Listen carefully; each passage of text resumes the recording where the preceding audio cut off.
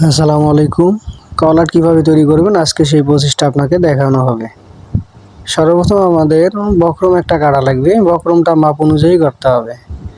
তো বক্রম কাটার পর প্রথমে আমরা তারপরেও আবার মাপ দিব। মিডল পয়েন্ট থেকে ডান সাইডে যতটুকু থাকবে বাম সাইডে ততটুকু রাখা লাগবে। এটা হচ্ছে আমাদের প্রথম ধাপ। তো যখন আমাদের মাপ দেওয়া শেষ হবে, এখন কাজ হচ্ছে মেশিনে সেলাই করা। প্রথমে আমাদের কালারের জন্য একটা কাপড় নিব। কাপড়ের সোজা দিকে অবশ্যই দেখতে হবে, সোজা দিকে সামান্য একটু কাপড় বাঁধতে রাখিয়ে সাইডটা মোড়াই দিয়ে আমরা সেলাই করে দিতে হবে প্রথমে।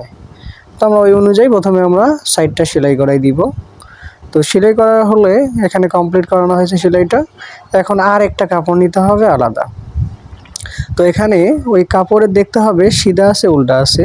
তো আমরা সিধা দিক ভিতরে রাখবো আর উল্টোগুলো উপরে রাখবো এবং নিচে উল্টা থাকবে। এখন আমাদের কাজ হবে বক্রমের সাইড দিয়ে সুন্দরভাবে সেলাই করা। আর নিচের দিকে কিন্তু আমরা হাফ ইঞ্চি বেশি কাপড় রাখছি, কারণ ওটা জামার উপর রাখতে হবে। আমরা বক্রমের সাইড দিয়ে সেলাই করব যেন বক্রমের সেলাইটা না পড়ে আবার বেশি দূরত্ব না হয়, তা না হলে কলারটা আমাদের সুন্দর আসবে না, ফিনিশিং ভালো আসবে না। তো ওই অনুযায়ী আমরা সেলাইটা করে নিব।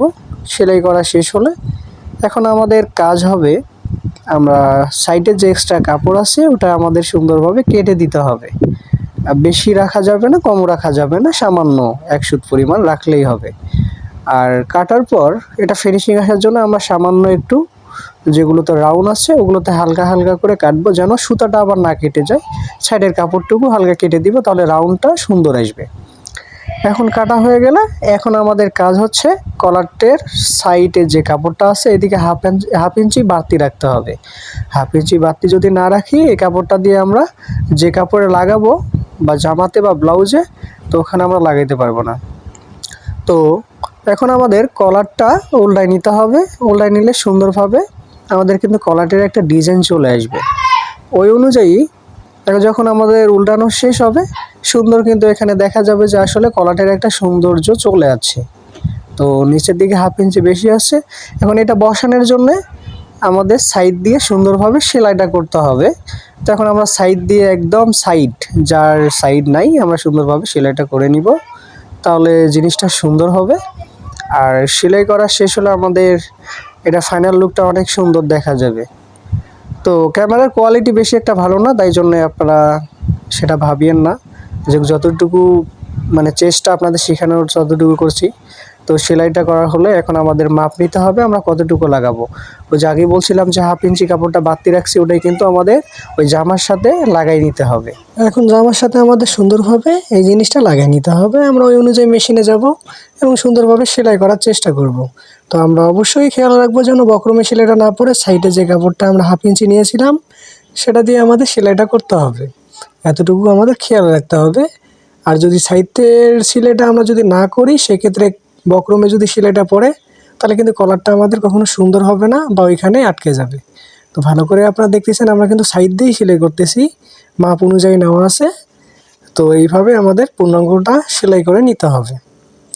তো যখন আমাদের এটা সেলাই করা হয়ে যাবে, তো এখন আমাদের কাজ হচ্ছে এখানে এটা আমরা উল্টাই দিব আর ভিতরে যে কাপড়টা ছিল ওটা আমরা ভিতরে ঢোকাই দিব, কারণ এটা সৌন্দর্য বা ফিনিশিং আসার জন্যে। দেওয়ার পর সাইড দিয়ে আমাদের সুন্দরভাবে সেলাইটা দিতে হবে। আর আমরা যে হাফ ইঞ্চি কাপড়টা বাড়তি রাখছিলাম ওটা পুরোটাই ভিতরে ঢুকে গেছে, এটা আমাদের খেয়াল রাখতে হবে।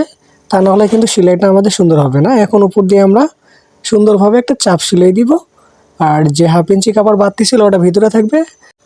সামনে এবং পিছন আমাদের দুই সাইড থেকেই কিন্তু আমাদের কোনো কাপড় বাড়তি থাকবে না, সম্পূর্ণটা ফিনিশিং থাকবে। সামনে বোঝা যাবে না যে এখানে কোনো সেলাই আছে, পিছনেও যেন বোঝা না যায় এখানে কোনো সেলাই আছে।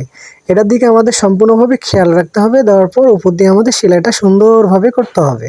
আমরা একটু থেমে থেমে করব, কারণ এখানে ফিনিশিংটা যদি না আসে তাহলে কিন্তু পুরোটাই কলারটাই খারাপ দেখা যাবে। এটাই হচ্ছে মূল আসল। তো তাই এই হচ্ছে আমাদের কলার সেলাই করা শেষ। এখন আপনাদের সামনে ফাইনাল রেজাল্ট যেটা সেটা চলে আসবে যে আসলে কিভাবে আমরা কলারটা সেলাই করলাম। তো দেখতেই পাচ্ছেন যে আমাদের কলারটা কত সুন্দর হয়েছে। এখন আপনারা দেখছেন যে এখানে পাইপিং দেওয়া আছে গলাতে এবং কলারটা সেলাই করা। তো ধন্যবাদ। যদি আর কোনো ভিডিও লাগে কলার হোক বা যে কোনো বিষয়ে অবশ্যই কমেন্টে জানাই দিবেন আমাদের, আমরা আপনাদের শেখানোর চেষ্টা করব। আসসালামু আলাইকুম।